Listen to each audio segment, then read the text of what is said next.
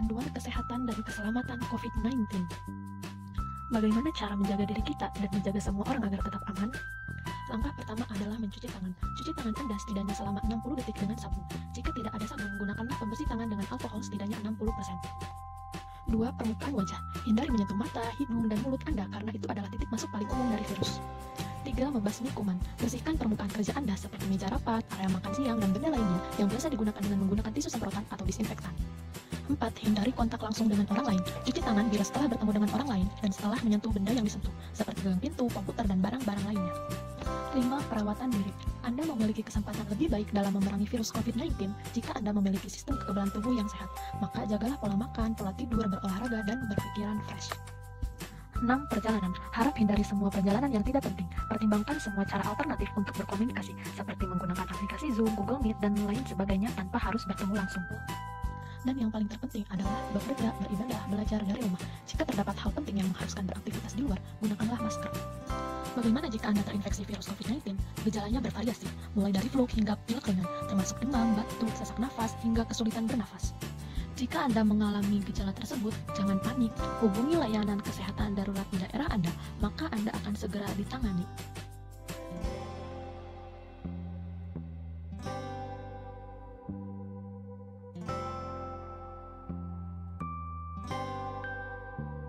Latar belakang. Banten merupakan sebuah provinsi di Indonesia. Banten memiliki kesenian yang begitu beragam, terutama kesenian di daerah Pandeglang. Salah satu kesenian di daerah Pandeglang dalam penelitian ini adalah kesenian zikir saman. Kesenian zikir saman di daerah Pandeglang terkenal hampir punah. Salah satu daerah yang masih mengembangkan kesenian zikir saman ini adalah Desa Wanagiri, Kecamatan Sakti. Seiring berkembangnya zaman, kesenian zikir saman ini terdapat pembaharuan, baik dari gerakan sampai kostum yang dikenakan, yang dipengaruhi oleh globalisasi dan tantangan dari masyarakat. Melihat adanya pembaharuan dalam penampilan kesenian zikir saman, maka penelitian ini menggunakan sebuah teori untuk menganalisisnya. Teori yang digunakan adalah teori challenge and response dari Arnold Toynbee. Tujuan penelitiannya adalah pertama, mengetahui geohistoris dan demografi Desa Wanagiri, Kecamatan Sakti, Kabupaten Pandeglang. 2. Mendeskripsikan ritual pelaksanaan kesenian zikir saman di Desa Wanagiri, Kecamatan Sakti, Kabupaten Pandeglang. Dan ketiga, mendeskripsikan perkembangan kesenian zikir saman di Desa Wanagiri dari tahun 1998 sampai 2017.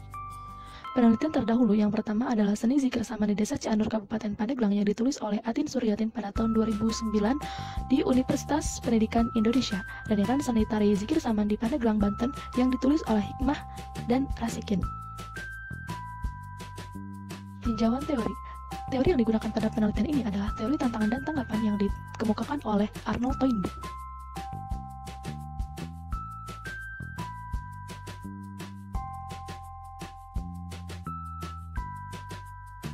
Metodologi penelitian.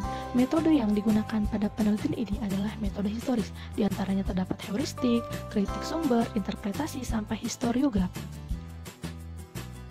Pembahasan yang pertama yaitu geohistoris dan demografi Desa Wanagiri, Kecamatan Sakti, Kabupaten Pandeglang, di mana Desa Wanagiri ini merupakan desa yang berada di Kecamatan Sakti, Kabupaten Pandeglang yang terletak pada 200 km dari atas permukaan laut.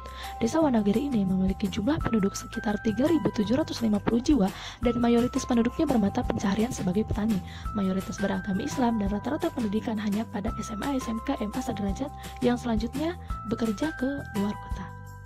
Pembahasan kedua adalah ritual pelaksanaan kesenian zikir saman Desa Wanagiri, Kecamatan Sakti, Kabupaten Pandeglang, di mana pertama ialah ritual guru, di mana sebelum hari pelaksanaan ditampilkan kesenian zikir saman, para pemain melakukan guru atau membersihkan suara dengan merebus daun kecapi, daun ela, dan lain sebagainya. Kemudian setelah direbus, bahan-bahan tersebut dipras air perasannya itu biasanya dimasukkan ke dalam hidung oleh penggiat atau ketua pada para pemain zikir saman, di mana selama 3 hari ini akan menghasilkan suara yang maksimal, sehingga penampilan kesenian zikir saman ini dapat ditampilkan dengan baik. Yang kedua adalah pola permainan, di mana terdapat 3 babakan pada pola permainan. Dan ketiga, setelah penampilan kesenian zikir saman ini selesai, biasanya dilakukanlah evaluasi penampilan yang telah dilaksanakan. Perkembangan kesenian zikir saman Desa Wanagiri, Kecamatan Sakti, Kabupaten Pandeglang tahun 1998 sampai 2017. Analisis penelitian ini menggunakan teori tantangan dan tanggapan dari Arnold Toynbee, di mana berdasarkan fakta di lapangan terdapat pembaharuan yang dipengaruhi oleh globalisasi.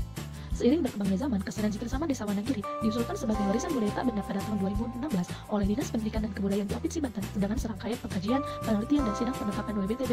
Kemudian zikir saman Banten ini ditetapkan sebagai warisan budaya dari Banten pada tahun 2017 sebagai warisan budaya tak benda.